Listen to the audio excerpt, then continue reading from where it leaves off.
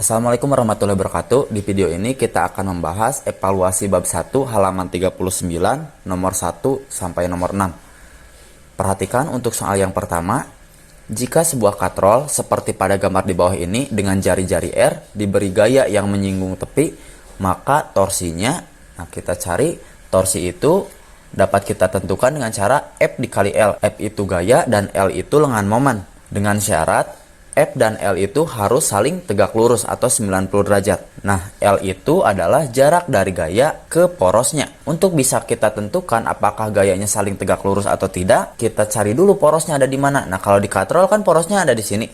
Nah, ini bagian porosnya. Maka karena torsi itu syaratnya harus saling tegak lurus, kita ambil garis yang tegak lurusnya. Nah, seperti ini. Jadi garis yang berwarna merah itu garis yang tegak lurus terhadap gayanya. Nah, kebetulan garis yang berwarna merah itu merupakan jari-jari katrolnya atau kita simbolkan dengan R. Maka torsinya dapat kita tentukan dengan cara torsi sama dengan F dikali jari-jarinya. Maka jawaban yang tepat untuk soal nomor 1 adalah jawaban B. Kemudian soal nomor 2, jika panjang batang pada gambar di bawah ini adalah 50 cm, maka besar resultan momen gaya terhadap engsel A dan arah putarnya adalah, nah ini harusnya engsel E, karena pada gambar hanya ada simbol E yang menandakan engselnya. Nah, sebelum kita menentukan resultan momen gayanya, tentukan dulu ada berapa jumlah gaya yang bekerja pada batangnya. Karena pada gambar terdapat 2 buah gaya, maka kita lihat dulu masing-masing gayanya. Ini gaya pertama, kemudian gaya kedua seperti ini. Ingat kembali, syarat untuk menentukan momen gaya itu adalah gaya dan lengan momennya harus saling tegak lurus atau 90 derajat. Karena gaya F1 maupun F2 tidak tegak lurus atau tidak membentuk 90 derajat terhadap lengan momennya, maka kita cari dulu komponen gaya yang tegak lurusnya. Caranya, perhatikan, kita selesaikan dulu untuk gaya pertama. Caranya, kita perpanjang dulu garis lengan momennya seperti ini. Nah, ini garis putus-putus, ini adalah garis lengan momennya. Kemudian, kita tarik garis 90 derajat atau tegak lurus terhadap garis putus-putus yang di bagian ini nih. Nah, jadi kita peroleh seperti ini. Jadi garis yang berwarna biru ini 90 derajat terhadap garis putus-putusnya atau garis lengan momennya. Kemudian kita tarik garis di ujung vektor yang berwarna hitam ini secara tegak lurus terhadap lengan momennya atau membentuk 90 derajat. Jadi garis putus-putus di bagian ini membentuk 90 derajat terhadap lengan momennya. Kemudian tarik garis dari ujung vektor yang berwarna hitam sehingga diperoleh seperti ini. Nah, ini adalah komponen gaya F1-nya. Ada yang berwarna merah dan ada yang berwarna biru. Nah, perhatikan, jika di bagian ini sudutnya 53 derajat, akan sama dengan sudut di bagian ini. Nah, jadi sudut 53 derajat pada engsel E akan sama dengan sudut 53 derajat pada vektor di bagian ini. Ingat kembali, untuk menentukan besar masing-masing vektornya, perhatikan, jika vektornya mengapit sudut, seperti vektor yang berwarna biru ini, secara singkat kita kalikan dengan cos theta karena mengapit sudut. Sedangkan jika tidak mengapit sudut 53 derajat seperti vektor yang berwarna merah ini, maka kita kalikan dengan sin theta. Nah, setelah kita tahu masing-masing komponen vektornya seperti ini, kita tentukan vektor mana yang tegak lurus terhadap lengan momennya. Sudah jelas ya, terlihat vektor yang tegak lurus terhadap lengan momennya itu vektor yang berwarna biru. Sedangkan jika vektor yang berwarna merah ini kan sejajar dengan lengan momennya, dan vektor yang berwarna biru itu tegak lurus karena membentuk sudut 90 derajat. Nah, jadi untuk F1 kita menggunakan F cos theta bukan F sin theta. Kemudian untuk gaya kedua kita uraikan gayanya seperti ini. Kita tarik garis perpanjangan lengan momennya. Kemudian kita tarik garis 90 derajat. Nah, seperti ini. Nah, jadi garis yang di bagian ini 90 derajat terhadap garis lengan momennya. Maka kita peroleh seperti ini. Ini komponen vektor yang pertama. Komponen vektor yang kedua, perhatikan, kita tarik garis 90 derajat, kita tarik garis 90 derajat terhadap garis putus-putus di bagian ini. Kemudian kita tarik garis dari ujung vektor yang berwarna hitam, kita peroleh seperti ini. Nah, jadi vektor yang berwarna merah dan vektor yang berwarna biru ini merupakan komponen vektor untuk F2. Nah, sekarang perhatikan, sudut 53 derajat di bagian ini akan sama dengan sudut 53 derajat di bagian ini. Nah, ya, jadi sama. Sudut 53 derajat pada engsel E akan sama dengan sudut 53 derajat di bagian ini. Nah, sekarang kita tentukan besar masing-masing komponen vektor gayanya. Untuk vektor yang berwarna merah, karena mengapit sudut, kita kalikan dengan cos theta. Sedangkan untuk vektor yang berwarna biru yang tidak mengapit sudut 53 derajat, kita kalikan dengan sin theta. Nah, sekarang sudah jelas ya, Untuk F2 yang tegak lurus terhadap lengan momennya itu F sin theta, bukan F cos theta. Kalau tadi di F1 yang tegak lurus itu F cos theta, sedangkan di F2 yang tegak lurus itu F sin theta. Nah sekarang lengan momennya itu jarak dari gaya ke poros atau sepanjang batangnya. Panjang batangnya kan 50 cm atau 0,5 meter. Kemudian kita tentukan resultan momen gayanya atau sigma torsinya. Karena ada dua gaya, maka kita tentukan torsi 1 tambah torsi 2. Karena ada dua buah gaya. Nah, untuk torsi 1 yang tegak lurusnya, ingat lagi F cos theta kan? Nah, maka F1 cos theta dikali L. Yang digunakan itu cos theta. Karena yang tegak lurusnya ya cos theta. Kemudian untuk torsi keduanya atau F2-nya kita gunakan F2 dikali sin theta dikali L. Nah yang di bagian ini karena yang tegak lurusnya ya F sin theta. Nah karena F1-nya sudah ada nilainya 120 dan sudutnya 53 derajat. Kemudian F2 juga sudutnya 100 Newton. Maka jika kita substitusikan semua nilainya kita peroleh seperti ini.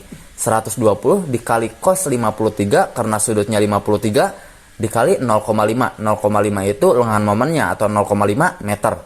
F2-nya itu kan 100. 100 dikali sin 53 dikali 0,5. Nah, sekarang 120 dikali 0,5 hasilnya kan 60. Sedangkan cos 53 nilainya 0,6. Kemudian 100 dikali 0,5 hasilnya kan 50. Dikali sin 53. Sin 53 itu 0,8. 60 dikali 0,6 hasilnya 36.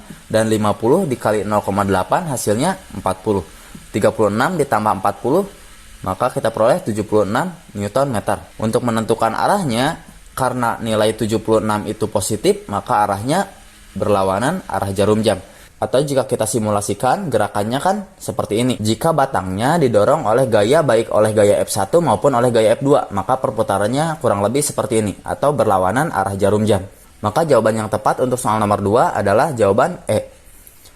Kemudian soal nomor 3, kopel ditunjukkan pada gambar berikut. Jika F sama dengan 50 Newton dan D sama dengan 2 meter dan arah putaran momen kopel yang searah putaran jarum jam diberi tanda negatif, maka momen kopel tersebut adalah. Nah ingat dulu konsep kopel itu merupakan pasangan dua buah gaya yang sama besar. Nah seperti halnya gambar pada soal nomor 3 ini. Jadi ada dua buah gaya yang saling berpasangan. Namun besarnya gaya tersebut sama. Yaitu kalau di soal nomor 3 kan 50 Newton.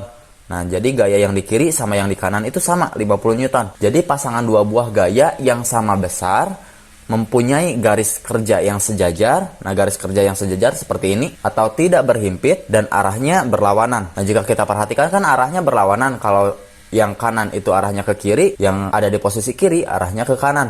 Nah jadi itu yang disebut sebagai kopel. Dan contohnya gambar pada soal nomor 3.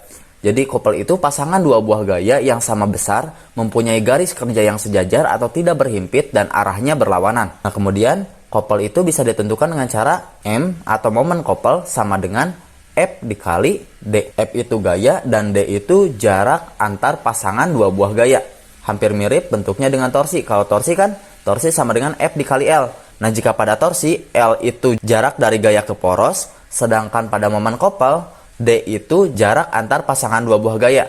Maka M sama dengan F dikali D. Syarat kopel juga sama dengan syarat torsi, yaitu harus tegak lurus. Nah jika tidak tegak lurus, seperti halnya pada gambar soal nomor 3, yaitu 30 derajat, maka kita kalikan dengan sin tetanya. Nah karena nilai F-nya sudah ada dan D-nya juga sudah ada, kita peroleh seperti ini. F-nya 50 dan D-nya 2 meter. Sin theta, maka tetanya itu kan 30 derajat. Jadi sin 30.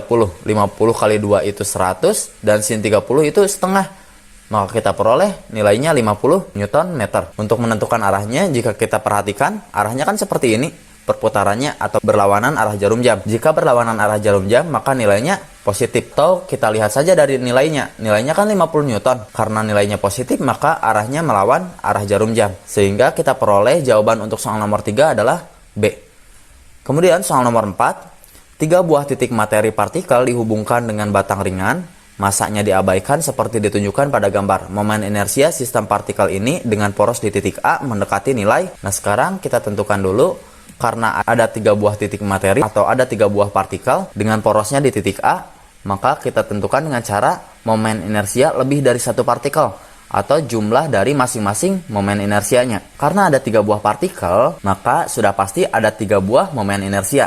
Jadi momen inersia untuk partikel pertama ditambah momen inersia untuk partikel kedua ditambah momen inersia untuk partikel ketiga. Kemudian M1-nya kan 0,5 sudah ada. Kita peroleh seperti ini. Dan 1 untuk R1 atau jarak dari massa pertama ke poros. Karena jarak dari massa pertama ke poros itu 100 cm, atau jika kita ubah ke meter nilainya 1 kan, maka nilai R1 itu kita ubah jadi 1. Kemudian ditambah 1 itu diperoleh dari massa partikel kedua. Nah di sini ya 1 kg. Dan R2 nilainya 0,4. Ini diperoleh dari jarak dari partikel kedua ke porosnya. Nah kan segini jaraknya tuh. Atau 100 dikurangi 60 cm. Hasilnya sisanya kan segini. Sisanya itu 40 cm. Jika kita ubah 40 cm-nya ke dalam meter, hasilnya 0,4 meter. Kemudian ditambah 0,8. 0,8 itu massa dari partikel ketiga. Dan 1 diperoleh dari jarak dari partikel ketiga ke porosnya, yaitu 100 cm. 100 cm diubah ke dalam meter yaitu 1. Maka jika kita hitung 0,5 ditambah 0,16 ditambah 0,8. Dan jika kita jumlahkan hasilnya 1,46 kg meter pangkat 2, atau nilainya mendekati 1,50 kg meter pangkat 2. Maka jawaban yang tepat untuk soal nomor 4 adalah jawaban B. Kemudian soal nomor 5, sebuah silinder pejal yang berjari-jari 20 cm dan bermassa 2 kg berputar dengan kecepatan sudut tetap sebesar 10 radian per sekon. Besar momentum sudut silinder ini adalah, nah kita tulis dulu yang diketahuinya. Yang pertama R-nya 20 cm atau jari-jarinya, yang jika kita ubah ke dalam meter, kita peroleh 0,2 meter. Kemudian massanya 2 kg dan kecepatan sudutnya atau omeganya sebesar 10 radian per sekon. Yang ditanyakan adalah momentum sudutnya. Nah ingat lagi, untuk menentukan momentum sudut itu I dikali omega. I itu momen inersia dan omega itu kecepatan sudut. Dan ingat lagi, momen inersia itu tergantung dari bentuk bendanya. Karena bentuk bendanya itu silinder pejal, yang momen inersianya itu bisa kita tentukan dengan cara setengah dikali M dikali R kuadrat. Maka kita ganti I-nya jadi setengah dikali M dikali R kuadrat. Dan omeganya kita tulis lagi. M-nya berapa? M-nya kan 2. R-nya 0,2. Dan omeganya 10. Maka jika kita masukkan angkanya, kita peroleh seperti ini. Setengah dikali 2 itu 1. 0,2 pangkat 2 itu 0,04. Dikalikan 10, hasilnya 0,4 kg meter pangkat 2 per sekon. Maka jawaban yang tepat untuk soal nomor 5 adalah jawaban D. Soal nomor 6, sebuah cakram yang memiliki momen inersia I berputar dengan kecepatan sudut omega. Cakram kedua kemudian dijatuhkan tepat di atas cakram pertama, sehingga keduanya berputar bersama-sama. Jika kecepatan sudut bersamanya adalah omega per 3, ini berarti momen inersia cakram kedua adalah, nah perhatikan ya, di dalam kasus ini ada 2 kondisi. Yang pertama cakramnya sebelum digabungkan, yang kedua cakramnya setelah digabungkan. Kita tulis dulu yang diketahuinya. Yang pertama momen inersia sebelum digabungkan atau I1-nya sebesar I. Ya, jadi sebuah cakram yang memiliki momen inersia I berputar dengan kecepatan sudut omega. Jadi ini adalah momen inersia cakram ketika sebelum digabungkan. Sedangkan kecepatan sudutnya sama dengan omega. Nah, jadi kondisi awalnya seperti ini. Ketika digabungkan, maka kecepatan sudutnya atau kecepatan sudut gabungannya pada soal diketahui sebesar omega per 3. Yang ditanyakan adalah momen inersia ketika kedua cakram tersebut digabungkan. Maka kita bisa tentukan dengan cara hukum kekekalan momentum sudut, atau momentum sudut awal sama dengan momentum sudut akhir. Maka kita jawab soalnya dengan menggunakan hukum kekekalan momentum, atau L1 sama dengan L2, atau momentum sudut awal sama dengan momentum sudut akhir. Momentum sudut awal itu kan bisa ditentukan dengan cara inersia dikali kecepatan sudut sama dengan inersia ketika digabungkan dikali kecepatan sudutnya ketika digabungkan.